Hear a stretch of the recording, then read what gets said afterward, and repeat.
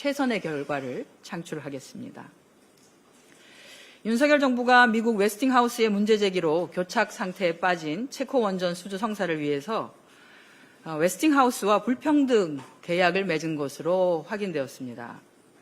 우리 기업이 소형 모듈 원전 등 독자기술 노형을 개발을 해도 웨스팅하우스 측의 사실상 허가가 없으면 수출이 불가능하고 원전 1기를 수출할 때마다 약 1조 원 이상의 현금이 웨스팅하우스로 가도록 되어 있고 계약 기간도 50년에 달해서 영업사원 1호를 자처했던 윤석열은 사실상 기술 주권, 원전 주권을 팔아먹고 국부를 유출시키는 매국 행위를 한 것이라고 할 수 있습니다. 민주당은 상임위를 중심으로 관련 내용에 대해서 철저하게 진상을 조사하도록 하겠습니다. 지난 3월 말 심우정 전 검찰총장 자녀의 특혜 채용 비리 의혹이 제기되었고 이제 5개월이 되어갑니다. 최초 의혹을 제기한 저는 당시 진상조사단의 단장을 맡아서 특혜 채용 진상규명에 앞장서 왔습니다. 실제로 외교부의 지원 자격 변경을 통한 특혜 제공, 경력 부풀리기, 검증 누락 등을 비롯해서 심우정 전 총장, 조태열 당시 외교부 장관, 그리고 박철희 주일 대사 등의 직권남용 혐의가 드러났습니다. 하지만 심 전 총장과 외교부는 거짓 해명으로 일관하고 감사원에 면피성 공익감사를 청구하는 등 그야말로 국민을 우롱했습니다. 민주당은 지난 6월에 공수처에 심 전 총장과 주요 관계자들을 직권남용 혐의로 고발했습니다만 아직까지 수사에 진척이 없는 상태입니다. 공수처에 강력히 촉구합니다. 지금까지 제기된 의혹들의 진상을 빠짐없이 밝히고 또한 책임자에 대해서 책임을 물어야 합니다. 우리 민주당은 끝까지 진실을 파헤치고 훼손된 공정과 정의가 바로 설 수 있도록 노력하겠습니다. 네, 이상입니다. 네, 다음으로 문진석 원내 운영수석 부대표님의 발언을 듣도록 하겠습니다. 네, 문진석 의원입니다. 독립기념관이 자리하고 있는 지역구 국회의원으로서 정청래 당대표, 김병기 원내대표님께서 몇 차례 언급이 있으셨습니다마는 저도 김영석 관장에 대해서 한 말씀 보태려고 합니다. 김영석 관장은 독립기념관의 숭고한 설립 취지를 정면으로 짓밟고 있습니다. 독립정신 함양과 보호문화 확산으로 국민 통합에 기여해야 할 독립기념관이 오히려 역사 왜곡의 무대로 전락하고 있습니다. 이는 개인의 일탈을 넘어서 독립기념관의 역사적 정체성과 국민의 신뢰를 송두리째 허무는 선열들의 목숨을 건 독립투쟁에 대한 도전입니다. 무엇보다 그는 공무원법 제56조 성실 의무를 저버렸습니다. 수차례 친일 인사를 미화하고 광복절 기념행사를 파행으로 몰아가며 기관장으로서 성실한 책무를 내팽개쳤습니다. 이는 항일 독립운동 정신에 대한 모독입니다. 그는 또 공무원법 제63조 품위 유지 의무를 정면으로 위반했습니다. 광복을 연합국의 선물로 규정하며 피로 쓴 항일 독립투쟁의 역사를 부정했습니다. 독립기념관의 이상을 땅에 떨어뜨렸습니다. 이런 자가 어떻게 그 자리에 있을 수 있단 말입니까? 공무원법 제65조 정치적 중립 의무 위반도 용납할 수 없습니다. 역사 왜곡에 맞서야 할 기관장이 오히려 편향된 뉴라이트 역사관을 앞세워 논란의 진원지가 되었습니다. 김영석의 논리에 따르면 이완용도 독립운동가라는 궤변조차 다양한 해석으로 포장할 수 있을 것입니다. 역사적 사실을 왜곡하고 국민 정서에 반하는 주장으로 혹세무민한 자 김영석, 그는 결코 그 자리에 있어서는 안 됩니다. 독립정신을 훼손하고 독립영웅들을 모욕한 김영석은 마땅히 파면되어야 합니다. 지난 8월 1일 국정기획위원회는 건설업과 제조업, 공공기관의 원하청 통합 안전보건관리체계 구축 의무와 산재 예방 조치를 소홀히 한 사업주 처벌을 강화하고 작업 중지권 요건 완화, 산재 선보장제도 도입 등을 정부에 건의했습니다. 고용노동부 노동안전 1차관 신설을 제안한 것도 산재 사망을 반드시 근절해야 한다는 시대적 과제를 담은 고심의 결과입니다. 윤석열 정부는 기업의 자유규제를 명분으로 규제를 완화했는데 규제를 안 하는 데 치중하고 산재 카르텔 운운하며 부정수급 문제에만 강조해 왔습니다.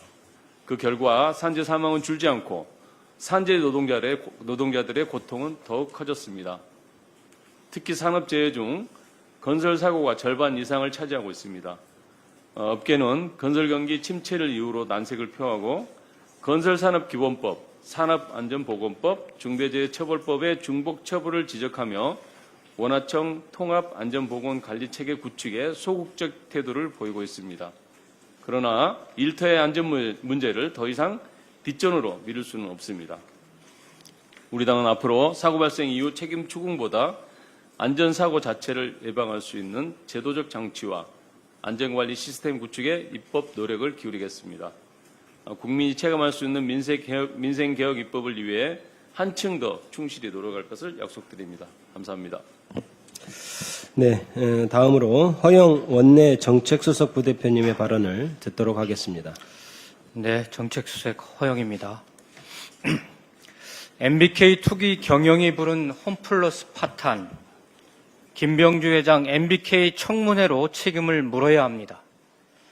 MBK가 지난 3월 홈플러스의 기업 회생을 신청한 지 벌써 5개월이 지났습니다. 그러나 사태는 해결될 기미가 없고 그 피해만 홈플러스 노동자와 입점 점주, 협력업체와 지역사회에 고스란히 전가되고 있습니다. 이 사태는 10년 전 MBK가 차인 매수로 홈플러스를 인수할 때부터 예견된 비극이었습니다. MBK는 기업 체질을 개선하고 미래를 준비해야 할 책임은 외면한 채 단기 이익만 추구하며 알짜 자산을 팔아치우고 10,000명이 넘는 노동자를 해고했습니다. 최근에는 무려 15개 점포의 폐점을 발표해서 노동자와 입점 업주들의 생존권을 벼랑 끝으로 내몰고 있습니다. 이는 사실상 먹튀 선포입니다. 현장에서는 이미 고금리 대출 부담과 거래대금 미지급 피해가 속출하고 있습니다. 대형마트 하나가 문을 닫는 것은 단순히 편의시설이 없어지는 것이 아닙니다. 지역의 일자리가 송두리째 사라지고 수만 명의 삶이 무너지는 심각한 재앙입니다. 그럼에도 국회 차원의 진상규명은 여전히 미흡합니다. 이제라도 김병주 MBK 회장을 청문회에 세워서 무책임한 경영과 투기적 행태의 전모를 낱낱이 밝혀야 합니다. 피해자 보호 대책은 물론 투기 자본의 횡포가 반복되는 현실을 국회가 바로잡아야 합니다. 여야의 문제가 아닙니다. 정쟁의 문제도 아닙니다. 국민 생활은 물론 지역 경제와 직결된 문제를 해결하는 길입니다. 국민의힘의 적극적인 협조를 기대하고 촉구합니다. 감사합니다. 네, 다음으로 박상혁 원내 소통수석 부대표님의 발언을 듣도록 하겠습니다. 예, 박상혁 의원입니다. 조금 전에 우리 한정혜 정책위 의장님이 말씀 주신 것처럼 윤석열 정부가 정권의 안위를 위해 체코 원자력 발전소의 수주를 두고 미국 원전 기업인 웨스팅하우스와 불공정 계약을 한 것이 밝혀졌습니다. 지금 이 시간에 저희 더불어민주당 산업 중기벤처위원들이 함께 기자회견을 소통관에서 하고 있습니다. 구체적인 내용 하나하나를 이 자리에서 말씀드리지는 않겠습니다만 이 협정의 계약이 50년간 유지된다는 것이 큰 문제입니다. 50년간 원전 기술 주권을 빼앗긴 상태로 일감과 글로벌 시장에서의 산업 경쟁력을 대한민국은 모두 잃게 될 위기에 처해 있는 것입니다. 이런 불공정한 협정을 맺은 근본적인 배경은 자신의 지지율이 하락한 데서 이를 반등시키고자 한 것에 출발했습니다.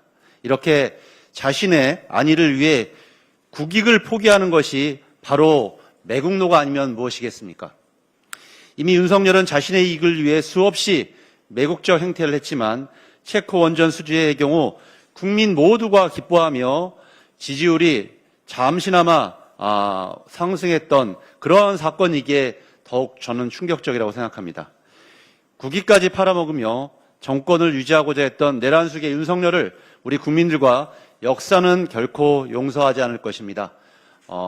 감사원과 검찰 등 사정당국에서도 이 문제와 관련돼서는 발본색원에서 이 원인이 무엇인지 그 책임자가 누구까지인지 명백히 밝혀내야 될 것이라고 생각합니다.